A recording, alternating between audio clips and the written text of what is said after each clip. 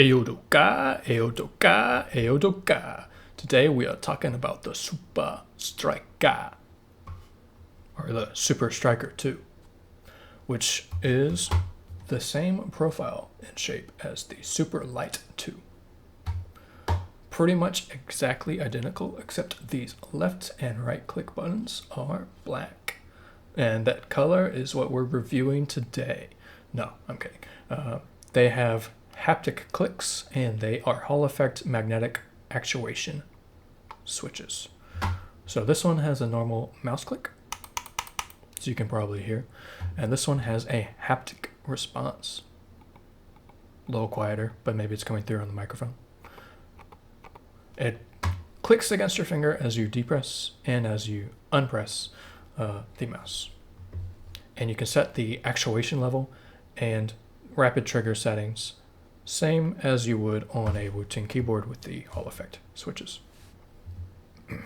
So we're going to test it today against the SuperLight 2, SuperLight, and see how it does.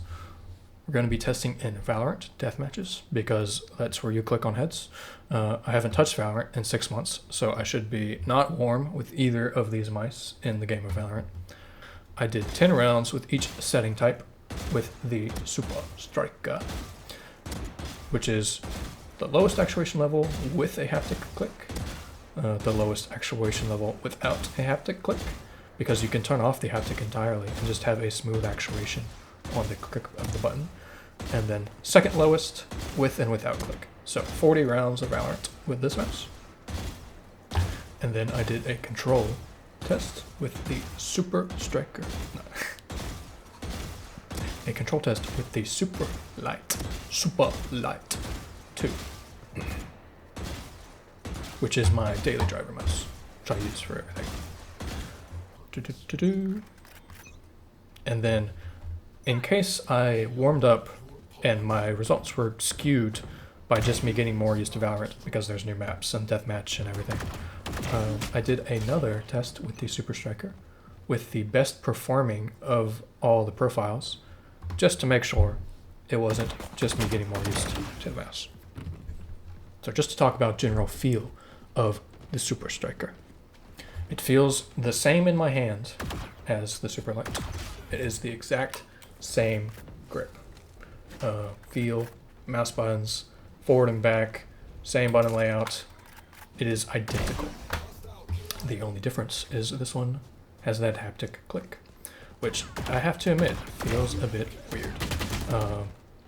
Whereas with the SuperLight, the click is always at the bottom of your depress, and then a release.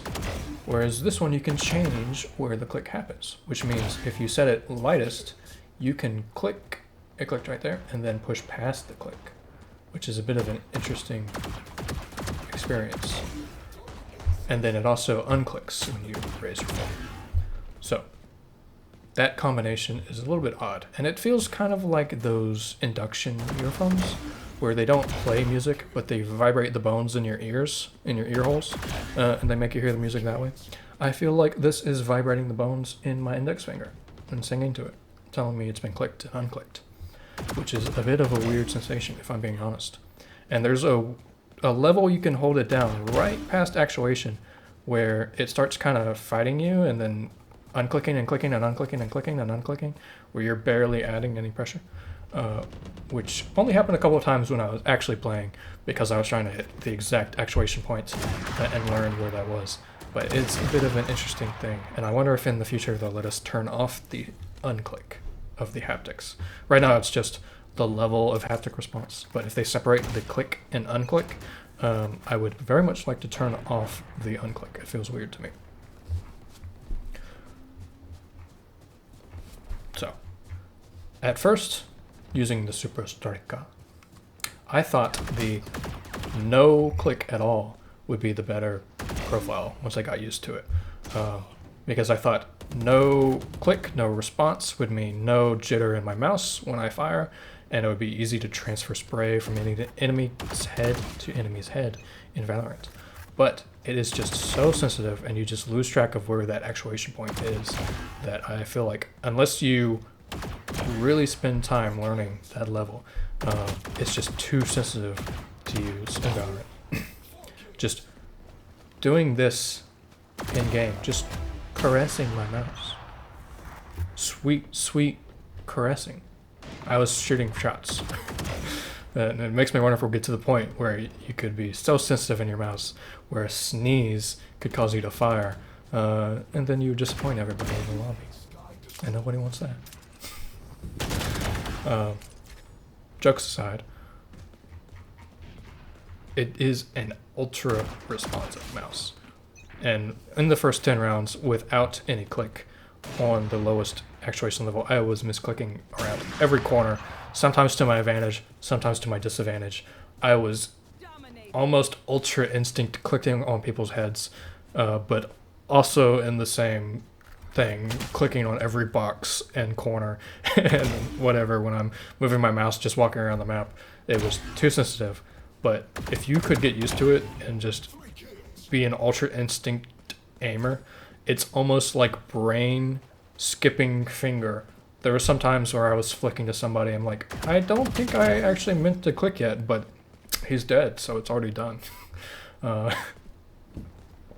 Whereas with the SuperLight, it's more intentional, it feels like, whereas I don't have as many accidental presses with a purely mechanical click.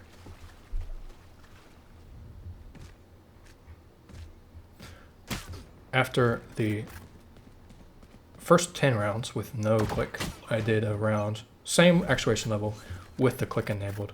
And I was still kind of misclicking here or there, but I think I was starting to learn the depression level and how to hold this mouse. I started kind of doing, a bit of a hover finger, where I'm not exactly resting my finger on the mouse, but not exactly not touching it. A bit hard to explain, but yeah, just things I started doing to get used to using this mouse. And I think it made me more conscious of how I was holding the mouse when I was over gripping, when I was moving my hand too erratically for flicks. And if there's anything to be said for the Super Striker, it kind of teaches you not to abuse your mouse.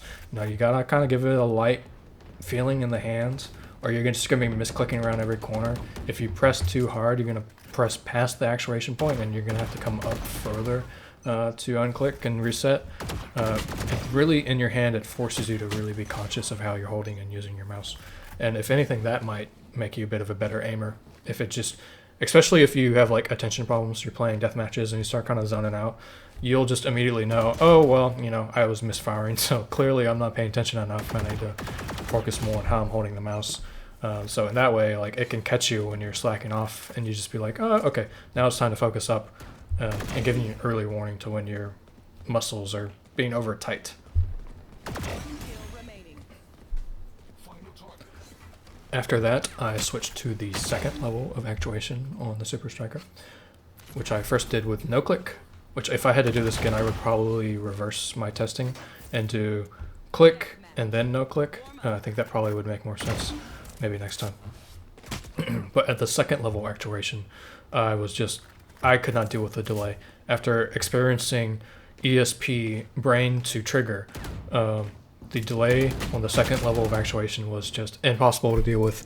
Even when I added click back, these were my 20 worst rounds consistently. And you would think I would be warming up. I'd be like getting better in the middle, in a peak. No, absolute worst rounds with the second level of actuation in click and no click. And then I did my control. And I beat all the other tests with the SuperLight control immediately. On my second match, I won outright, and every other match was more consistent than all the Super Striker testing involved. But I had a plan for this, because I think it could have been skewed just by me being 40 rounds in to playing Valorant for the first time in 6 months. So I did another test as a control with the lowest actuation level with the click enabled on the SuperStrike. And that test blew out the SuperLight 2 test that I did as a control. So both of my most meaningful tests were both of my control tests, which makes me regret the 40 rounds I spent on the other ones. but I guess I had to do those to get here. If you look at my results, you can see my total kill distribution by group. And my top two were those two control tests I was talking about, with the SuperLight being 17.7 of all total kills, and my SuperStriker being 18%. So a 0.3 increase in my total kills, which is an insane number. Then if you look at my average KD by test group, you can see similarly, my average KD was 1.35 with the SuperStriker, up from 1.19 with the SuperLight. And I have to say, it had the most outliers in KD, because the SuperStriker had the only 2 rounds where my KD was over 2, which probably drug it up that extra 16 points, 0.16 points. And you can kind of see this in my KD spread, where it has 2 at the very top over 2, whereas everything else is max 1.9, I think. And 1.9 was the same group test with the SuperStriker before the control, that 1.9. I had a highest 1.83 with the SuperLight control. So in pure KD, I beat both the SuperStriker beat my SuperLight control in every other category. And then looking at my kill distribution per group, you can see it's kind of evenly spread. Like I had lows with all the groups, except for the control group with the SuperStriker. My lowest low was higher than all the rest with this one. So I performed the least worst with the SuperStriker. And then I had multiple rounds where it was topped out because you can only get 40 kills for the kill distribution chart. Multiple of them were hitting 40, but this was the only one that hit 40 twice within the 10 tests. If you look at my line graph, which shows my kill progression per round, you can see it's a bit of a spaghetti when all groups are in there. We can see all the peaks and lows from each round. But if you focus down on just the 2 control groups with the SuperLight and the SuperStriker lowest actuation with click, you can see a more meaningful chart where with the SuperLight I immediately jump to winning on the second round and fall off before coming back to a more standard upward trend where it's coming to consistency, I would say around 30 kills per round for 3 or 4 rounds. So I more immediately got to my peak with the SuperLight, but I lost it and before getting back to consistency later. Whereas with the SuperStriker, it took me much longer to get to my peak of winning a round, but I stayed there longer, winning 2 rounds in a row before falling off and then going into a bit of an upward trend. So I'm more consistently good with this and just kill progression. Just the trend of it was going more up by the end. But performance-wise, average KD, average kills, kill distribution, everything is better with the wrong mouse. Everything is better with the SuperStriker. The only other thing I would say, as much as this mouse will train you to be aware of when you're holding it badly, if you get frustrated in games, it will also make your worses worse, where you're over gripping or pressing past the mouse button click.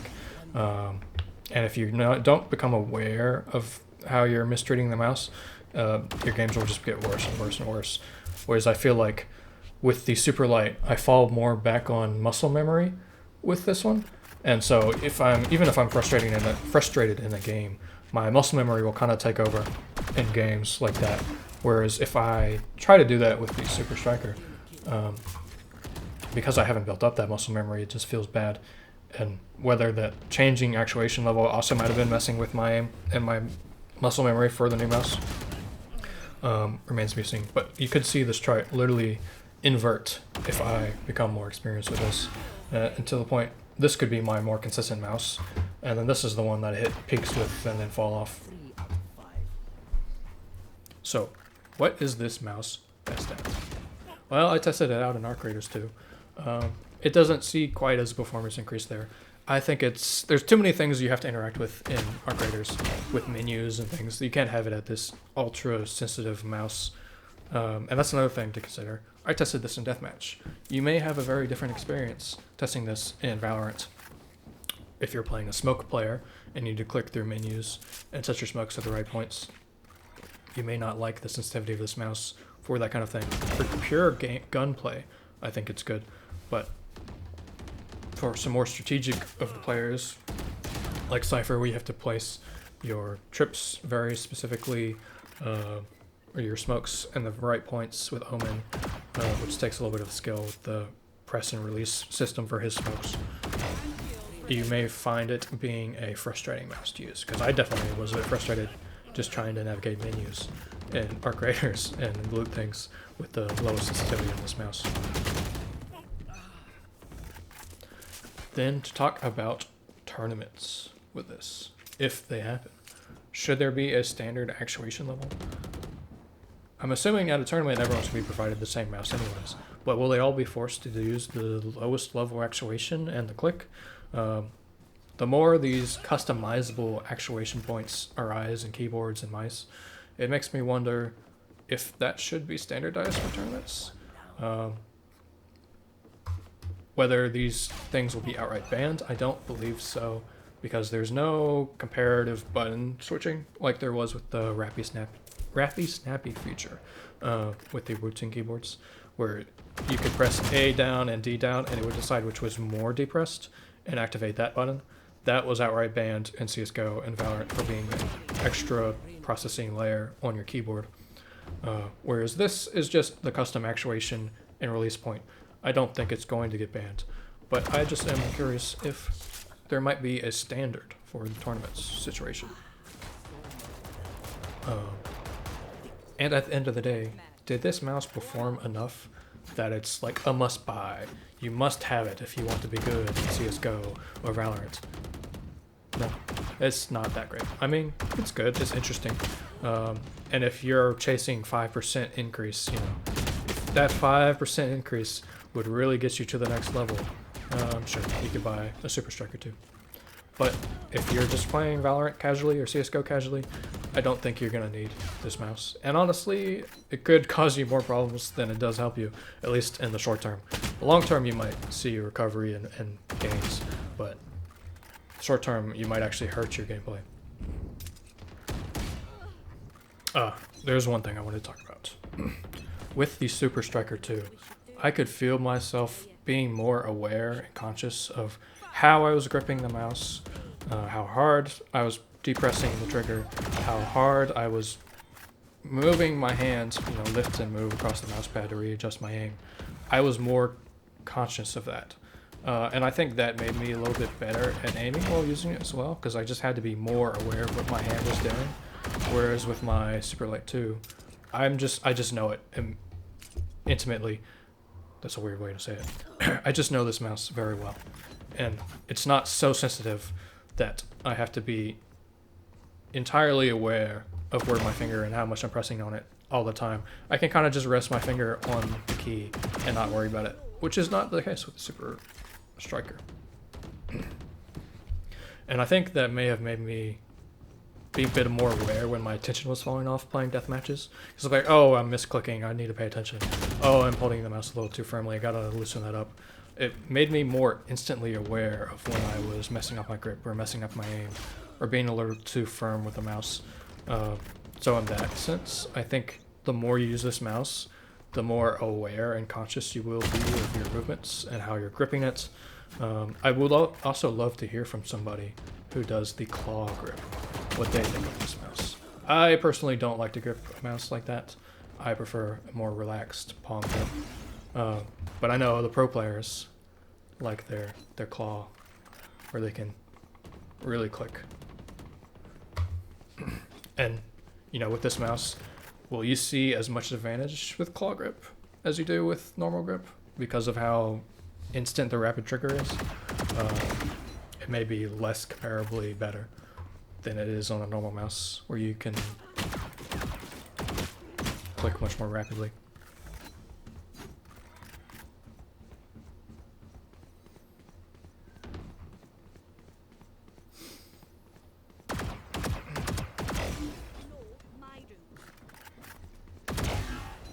think I have talked about everything there is to talk about.